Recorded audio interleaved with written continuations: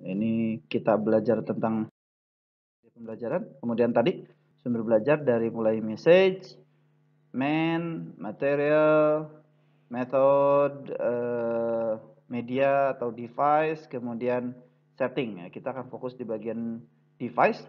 Sebagian pakar ada yang menganggap bahwa media itu adalah bagian dari sumber belajar yang 6 ini. Tempatnya ada di mana? Ada di device. Tapi sebagian lain tidak menganggap bahwa atau menganggap bahwa media dan sumber belajar itu adalah dua dimensi yang berbeda. Akan tetapi saling melengkapi, bahwa sumber belajar itu proses penyampaiannya tentunya harus menggunakan media. Ada sebagian yang menggunakan media, ada sebagian yang tidak. Jadi, tetapi umumnya menggunakan media. Umumnya menggunakan media. Misalkan Anda mau menghadirkan seorang pakar ke dalam kelas, artinya learning resources-nya berupa men atau berupa people gitu ya. Tidak harus selalu orang tersebut datang ke dalam kelas, tapi bisa melalui rekaman video. Nah, rekaman video itu kan media video ya, media video. Tapi kemudian isinya adalah sumber belajarnya berbentuk mem. Oke. Nah, tadi di akhir Pak Toto menyampaikan bahwa media sebagai komponen komunikasi. Ada 4 ya komponen komunikasi, ada source, ada message, message ya, bukan message ya, message lain lagi. Source, message, channel, channel ini juga channel ya, bukan channel, itu lain lagi. Itu mah mainannya ibu-ibu gitu ya. Kemudian yang terakhir ada receiver. Nah, apa namanya? Eh, yang 4 ini adalah komponen komunikasi. Kita coba lihat. Ya, di berbagai komponen ini, di berbagai komponen proses komunikasi, noise ini bisa muncul di mana saja. Baik itu dari sumbernya noise, atau pada pesannya yang ambigu misalkan. Di channelnya, di mana media ini sebetulnya lebih banyak di sini, di channel. Dan juga bisa saja di receivernya, di andanya. Misalkan di andanya sinyal yang di anda jelek, maka sebetulnya itu di receiver anda, di anda yang bermasalah, ada noise. Atau kemudian seperti tadi di Patoto sebagai source gitu ya. Kemudian di Patoto ada hujan, maka noise-nya ada di source. Padahal message-nya itu jelas sebetulnya, terdengar dengan jelas ya. Dan juga presentasinya tadi, ketika ada presentasi dari Pak Toto, kemudian tiba-tiba buram menghitam, tulisannya tidak terbaca. Itu noise-nya ada di mana?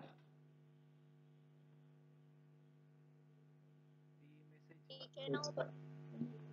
Hah? Channel, Pak. Itu noise-nya ada di message-nya. Channelnya tidak ada masalah. Kita tidak ada masalah dengan komputer yang kita gunakan. Apa namanya, PPT-nya juga sebetulnya ditampilkan dengan baik, tidak ada masalah, tidak ada error di slideshow-nya. Hanya masalahnya diisi slideshow-nya itu kemudian ada yang hitam ya, ada yang tampilannya tidak baik. Maka sebetulnya itu noise-nya ada di message-nya. Nah, konteks seperti itu silahkan dipahami. Nah, itu silahkan dipahami. Maka ini apa namanya, noise itu adalah hadir. Jadi tadi terakhir yang ingin disampaikan oleh Pak Toto itu adalah bagian noise-nya ini. Kemudian kita lanjut. Nah, klasifikasi media ini nanti juga akan apa namanya, dipelajari, kita perdalam di satu pertemuan khusus.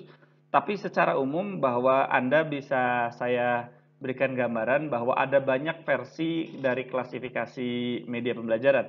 Tidak hanya satu, tetapi sangat banyak. Versinya ada beberapa. Ini juga klasifikasi ini saya gabungkan dari beberapa buku tadi, utamanya dari bukunya Rudi Susilana dan Cepiriana, dikolaborasikan dengan yang dari Maldino, Lauter dan Russell ya. Dan kemudian dari beberapa sumber yang lain. Yang pertama, media itu ada yang berdasarkan penyajiannya, ada yang berdasarkan penyajiannya kemudian dibagi menjadi, ada yang media yang projected, ada yang media non projected. Yang kedua, yang berdasarkan pengembangannya ini ikut dengan atau setara atau sama seperti sifatnya di learning resources. Learning resources juga sama, atau sumber belajar juga sama. Ada yang by design, ada yang by utilization. Nah, Di media pun sama. Media ini ada yang by design, ada yang by utilization. Kemudian yang ketiga berdasarkan fungsinya.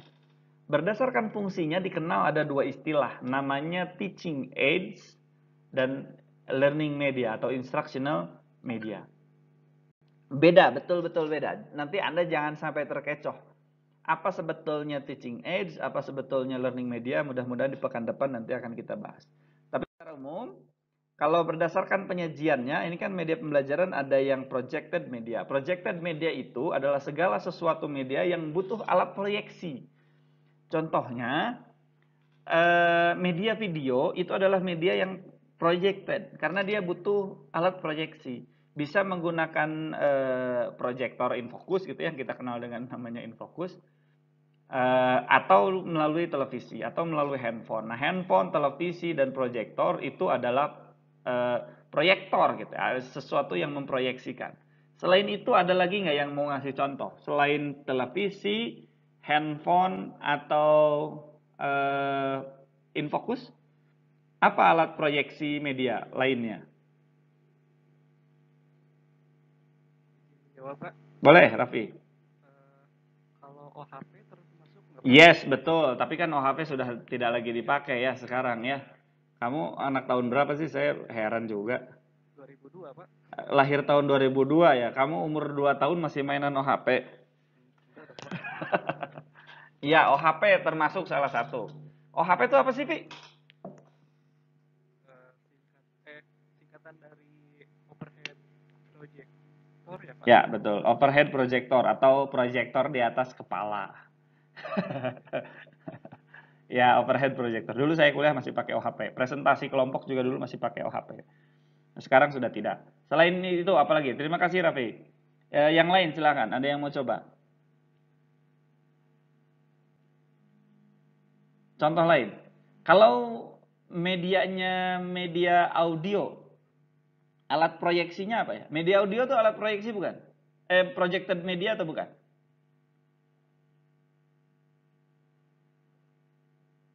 Sepertinya bukan, Pak. Kenapa bukan? Bagaimana caranya Anda mendengarkan media audio?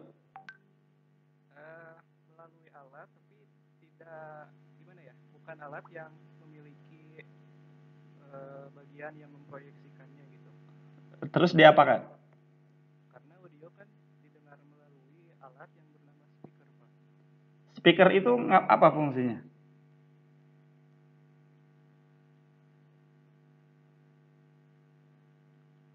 Jadi konteksnya speaker itu bisa disebut sebagai salah satu alat proyeksi. Hanya yang diproyeksikan bukan visual tetapi suara. Nah, makanya media audio itu termasuk sebagai projected media yang diproyeksikan. Hanya saja alatnya berupa speaker.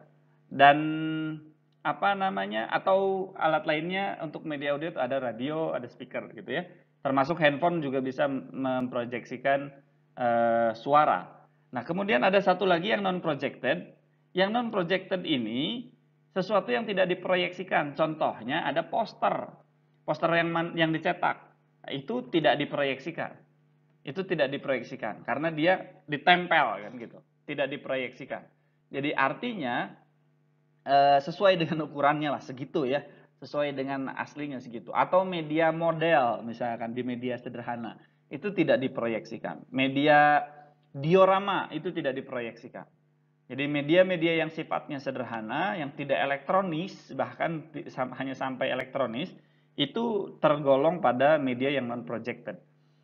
Pada dasarnya yang membedakan projected dan non-projected adalah media tersebut membutuhkan alat bantu untuk menampilkannya atau untuk menyampaikannya atau tidak. Jadi kalau media tersebut butuh alat bantu maka dia biasanya kecenderungannya ke projected. Tapi kalau dia tidak butuh alat bantu maka dia non-projected. Kemudian berdasarkan jenis medianya sebagai salah satu jenis sumber belajar adalah yang by design dan by utilization. Jadi yang by utilization artinya adalah media tersebut tidak dikembangkan sendiri. Tadi di awal-awal sempat disinggung ya oleh Pak Toto. Jadi media yang by utilization itu adalah media yang memanfaatkan yang sudah ada. Contoh menyampaikan materi pembelajaran dengan menggunakan video yang Anda temukan di YouTube atau menggunakan postingan dari salah satu akun di sosial media. Maka itu by utilization. Karakteristiknya dengan cara memanfaatkan murni yang sudah ada langsung dimanfaatkan atau menggunakan yang sudah ada itu kemudian kita rekayasa sedikit. Yang kedua by design adalah butuh proses perancangan dan proses pengembangan yang artinya nanti kita membuat produk yang betul-betul baru. Kelebihan dan kekurangan media yang by utilization itu cenderungnya murah dan prosesnya penggunaannya lebih cepat dan variasinya cenderung lebih banyak. Anda kalau mau nyari video tentang media pembelajaran atau artikel tentang media pembelajaran, bersebaran, berserak-serak. Termasuk PPT sekalipun. Di Google itu banyak. Hanya saja itu namanya by utilization. Pasti lebih cepat, pasti lebih murah, tidak perlu banyak biaya gitu ya, tidak perlu kita berpikir banyak. Hanya saja juga ada kekurangannya. Kekurangannya yang pertama belum tentu relevan. Jadi karena mungkin yang ingin saya sampaikan bukan itu, spesifiknya bukan tentang itu. Kalau saya memanfaatkan bisa saja ngambil PPT dari yang sudah ada. Mungkin yang materi yang ingin saya sampaikan tuh hanya 20%-nya misalkan di sana. Atau ya mungkin bisa sampai 90%. Tapi itu sangat jarang sekali.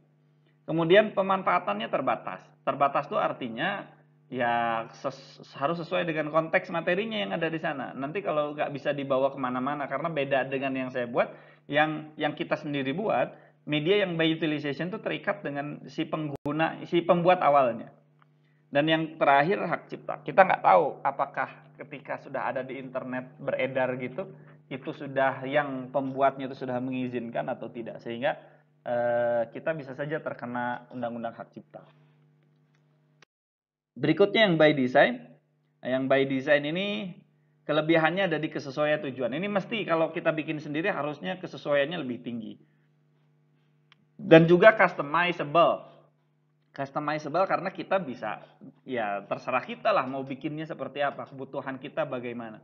Maka itu customizable. Dan kita punya hak cipta penuh terhadap apa yang kita buat sendiri. Hanya saja kekurangannya cenderung lebih mahal. Kalau tidak dari segi uang gitu ya, bisa saja dari segi tenaga, bisa dari segi pikiran gitu ya, bisa juga dari waktu, sehingga implikasinya menjadi lebih lama proses pengembangannya. Dan yang terakhirnya minim variasi, karena media yang by design umumnya itu sangat spesifik. Artinya hanya terkait dengan satu materi saja misalnya. Tidak terkait dengan materi yang lain. Maka itu media yang by design cenderung lebih minim variasinya, tidak banyak variasinya. Nah, ini nanti klasifikasi media berdasarkan medianya ya. Nanti mudah-mudahan di pekan depan kita akan bahas terkait dengan apa itu bedanya media yang teaching aids dan yang disebut teaching aids dan disebut media pembelajaran. Tapi secara umum klasifikasi media ini kan ada media sederhana, ini ketinggalan kayaknya animasinya. Harusnya muncul terakhir. Ada media grafis atau media visual, kemudian ada media audio, ada audio visual diam. Contohnya seperti PowerPoint yang disajikan dalam bentuk slideshow bergerak gitu ya. Ada visualisasinya diam gitu, tapi ada suaranya. Kalau yang zaman dulu ini namanya sound slide ya, ada sound slide. Jadi ada fotonya, tapi kemudian di setiap slide itu nanti ada suara yang bersuara. Kemudian ada audio visual gerak, ada film atau video, kemudian ada media berbasis komputer, aplikasi dan lain sebagainya. Multimedia, ada e-learning yang berbentuk website, dan yang terakhir ada media sederhana. Nah, ini yang versi kolaborasi ya, kompilasi dari berbagai sumber, dari berbagai pendapat pakar. Saya pikir itu yang bisa saya sampaikan.